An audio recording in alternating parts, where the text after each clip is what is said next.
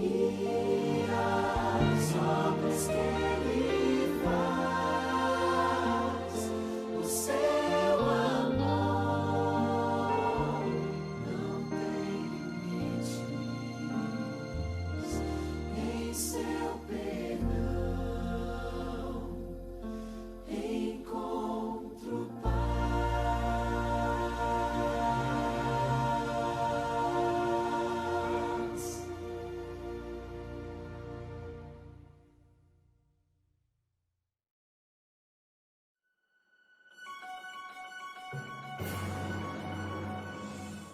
Olá, a seguir você verá algumas recomendações de como permanecer em adoração ao nosso Deus, mesmo não havendo a nossa rotina de cultos e programações especiais. O culto familiar.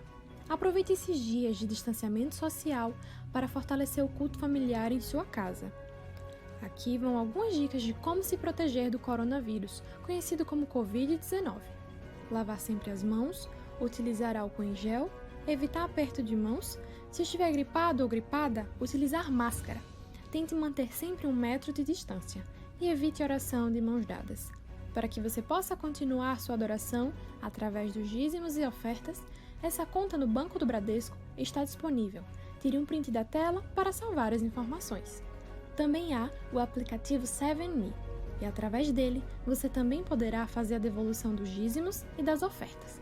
Se você ainda não tiver o aplicativo, para obter, é só posicionar a câmera em cima do QR Code e escanear. Você será direcionado para o local correto e poderá dar início ao download. Se você tiver alguma dúvida de como utilizar o aplicativo, pode escanear esse QR Code e será direcionado ao vídeo explicativo. E por último, mas não menos importante, estaremos utilizando a hashtag #MeuLarUmaIgreja. Tire uma foto em algum momento durante o culto e mencione o @AdventistasSerraria. Estaremos repostando as fotos e assim tentaremos ficar conectados entre irmãos, mesmo cada um estando em seu lar. E para finalizar, em Provérbios 24:3 encontramos o seguinte: com a sabedoria edifica-se a casa, e com a inteligência ela se firma. Que Deus nos abençoe e que possamos permanecer fiéis em meio às provações.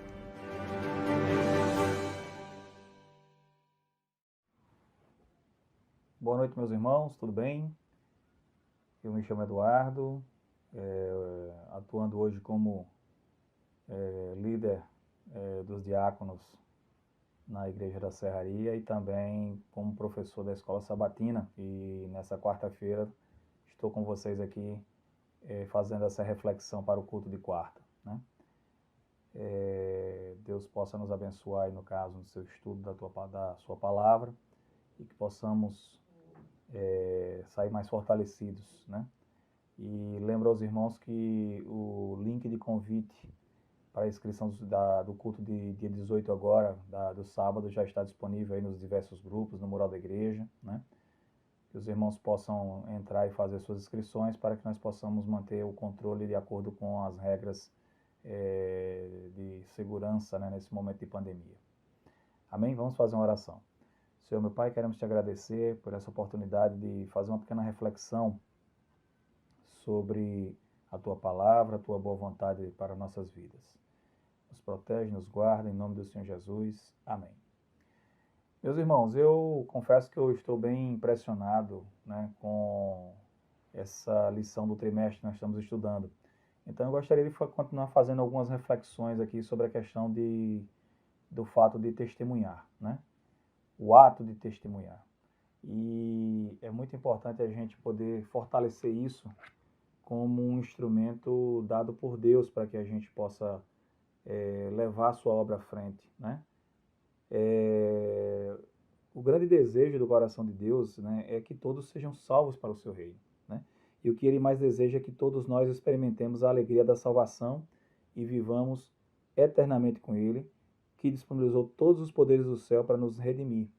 Jesus veio à Terra para revelar o amor incomensurável do Pai à humanidade, viver a vida perfeita que deveríamos ter vivido, suportar a condenação de nossos pecados na cruz e morrer a morte que deveríamos ter morrido. Olha aqui, reflexão maravilhosa, né?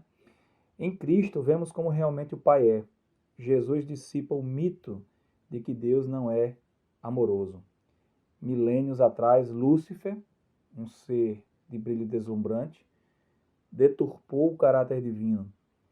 Jesus veio para esclarecer as coisas. Deus não é um juiz vingativo, né? Pelo contrário, ele é longânimo, né? Nenhum tirano, né? Irado, que veio, no caso, acabar com a sua criação, né? Mas ele é um pai amoroso que deseja em breves ver todos os seus filhos de volta ao lar eterno. Testemunhar tem tudo a ver com Deus, significa participar com Ele na missão, compartilhar seu amor e revelar em nossa vida e em nosso discurso o seu nobre caráter. Ao testemunharmos aos outros, desfrutamos da maior alegria da vida e crescemos para nos tornarmos mais parecidos com Jesus. Servir ao próximo e a Deus mata o nosso egoísmo. Quanto mais compartilhamos o amor de Deus, mais o nosso amor por Ele aumenta. Você já se perguntou, meu irmão, por que devo compartilhar minha fé? Deus não está fazendo tudo o que pode para salvar as pessoas sem meu testemunho? Meu testemunho faz alguma diferença na salvação de alguém? É verdade que Deus se revela de várias maneiras. Ele não está limitado ao nosso testemunho. Davi afirmou: os céus proclamam glória a Deus, e o firmamento anuncia as obras das suas mãos. Um dia discurso a outro dia, e uma noite revela conhecimento a outra noite. Não há linguagem, nem palavras, e deles não se ouve nenhum som. Está lá em Salmos 19, 1 a 3. Né? Deus é o designer, né? E esse projeto, a ordem, a forma como se organiza o universo, revela um Deus que é criador, né? Que tem essa inteligência infinita. O ministério do Espírito Santo em nosso coração cria em nós o desejo de conhecer a Deus. Esse anseio pela eternidade dentro de cada pessoa é uma poderosa prova da existência de Deus. Existem igualmente aquelas experiências incomuns que nos levam a refletir sobre a realidade da presença divina. Cada vez que experimentamos o amor quando não merecemos ou um ato gentil inesperado, vemos de modo tangível uma revelação do caráter divino. Deus está constantemente buscando atrair-nos de várias formas.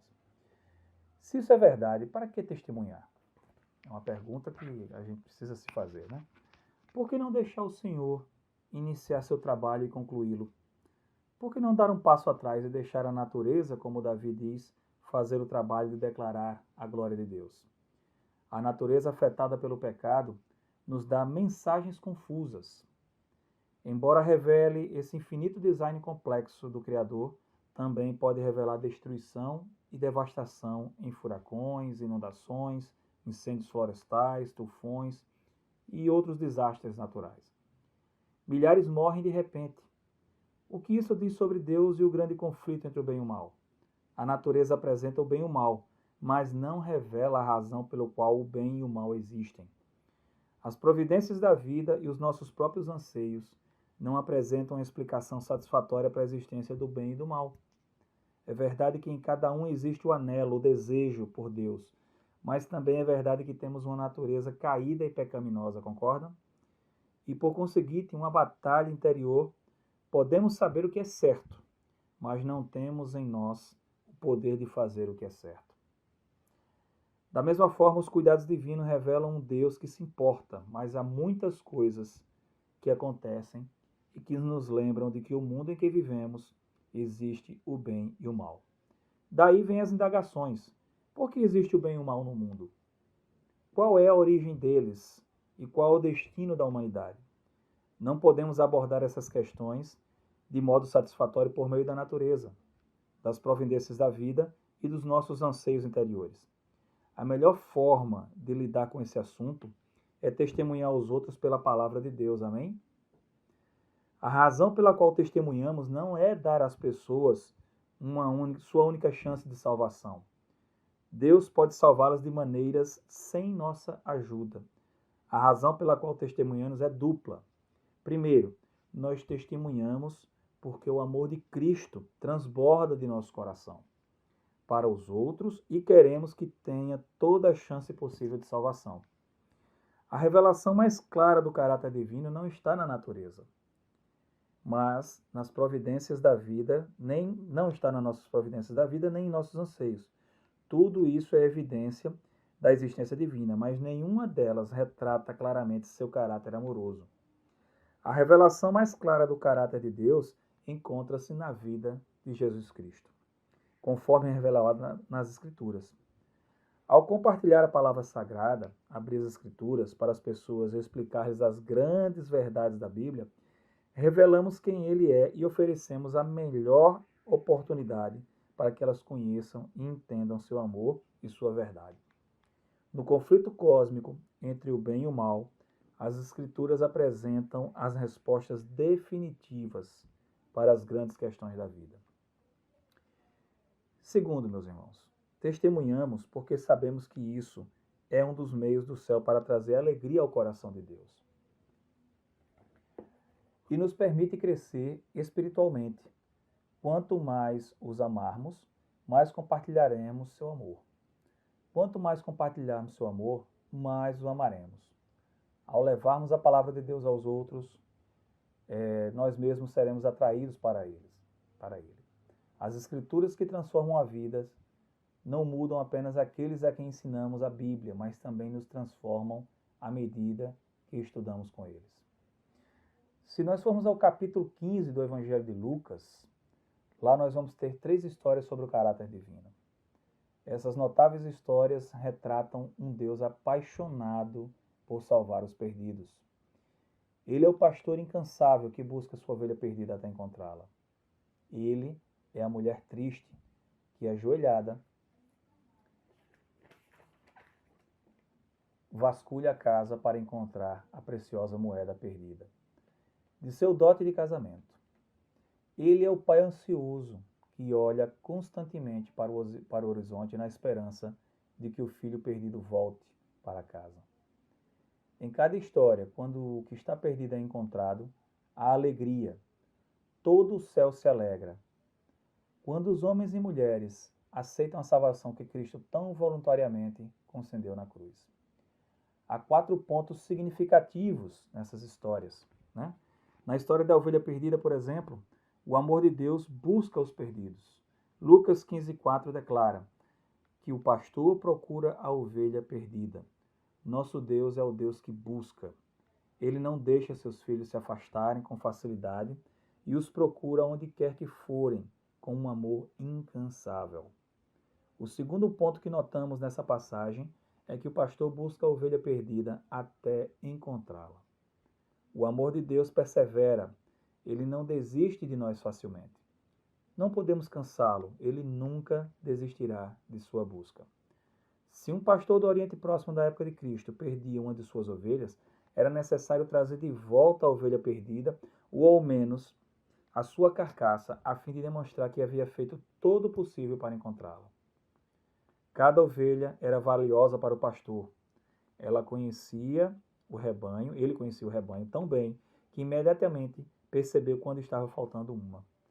Para Cristo, não somos uma espécie de massa de seres humanos sem nome, mas pessoas criadas à sua imagem, a quem ele redimiu por sua graça. O último ponto dessa história é que quando a ovelha perdida é encontrada, o pastor clama de alegria. Alegrai-vos comigo, porque já achei a minha ovelha perdida. Está lá em Lucas 15:6. O pastor busca suas ovelhas perdidas, persevera até encontrá-las e se alegra quando as encontra. Deus não é insensível. Ele se enche de alegria quando os perdidos são encontrados. Neste mundo, meus irmãos, de decepção e tristeza, o coração de Cristo se alegra quando participamos com Ele na conquista de pessoas. Quando o nosso coração pulsa com o coração de Deus e nossa mente se une à mente dele no firme propósito de estudar seu coração, se enche de alegria indescritível. Você, meu irmão, já passou horas procurando um presente para uma pessoa amada, em um aniversário ou data de casamento, Natal ou alguma outra ocasião especial? Quando finalmente definiu o presente, ficou emocionado. O presente combinava com a pessoa e a ocasião. Como mal podia esperar para entregá-lo a esse alguém tão importante. Quando chegou o dia e a pessoa desembrulhou seu presente especial, ficou encantada. Abraçou você e disse: muito obrigado. Quem ficou mais alegre com o presente, meus irmãos? Né? Você ou a pessoa que o recebeu? É claro, né, que foi você. Vocês dois ficaram felizes, mas há uma satisfação especial quando damos algo de valor a alguém. Dar presentes altruístas une você e outra pessoa de modo único. Quando compartilhamos o presente mais precioso de todos, que é Jesus Cristo, a alegria inunda o coração. Existe profunda satisfação por termos feito uma diferença eterna. Quando alguém com quem compartilhamos Cristo aceita as verdades das Escrituras, fazemos a amizade para toda a eternidade e não há maior alegria. A escritora americana Ellen White afirmou apropriadamente: a disposição de trabalho desinteressado pelos outros proporciona ao caráter profundidade, estabilidade e amabilidade cristã, trazendo paz e felicidade aos que possuem. Olha que reflexão maravilhosa, né? Agora, meu irmão, pense em alguém da sua esfera de influência, dos seus conhecidos, que possa ser receptivo para conhecer mais sobre Jesus. Pode ser um filho, uma filha, um marido, esposa, colega de trabalho, vizinho ou amigo. Peça a Deus que crie uma oportunidade para você guiar a conversa em uma direção espiritual. Você não precisa gerar oportunidade. A missão é de Deus. Nós não criamos necessariamente circunstância. Deus é quem faz isso. Somos sensíveis às ocasiões que Deus cria e cooperamos constantemente com Ele para entrar pelas portas que Ele abre. Quando uma pessoa está em transição de vida, ela está mais aberta às realidades espirituais. Essa pessoa pode estar passando por um momento difícil. Possivelmente ela tenha sido diagnosticada com uma doença grave, esteja sofrendo por um relacionamento rompido, enfrente uma crise de desemprego ou tenha sido confrontada com uma decisão importante. Cada uma dessas encruzilhadas, meus irmãos, pode ser uma oportunidade para dar testemunho pessoal da fidelidade divina. Compartilhar uma promessa bíblica e depois fazermos um amigo cristão adventista. Depois, né, a ordem correta. Compartilhar uma experiência bíblica, depois fazer um amigo cristão, né? Depois fazer um amigo cristão adventista, né? Do sétimo dia. Nosso objetivo é fazer amigos para Deus e deixar que Ele os guie em uma jornada de descoberta das verdades mais profundas de sua palavra. Amém? Que o Senhor possa nos guiar em sua vontade, né? Como instrumentos disponíveis para a sua obra, fazendo com que suas palavras alcancem aqueles que necessitam, nos transformando diariamente, porque a transformação também é pessoal. E que nós possamos estar fortalecidos para abreviar a santa volta do Senhor Jesus Cristo.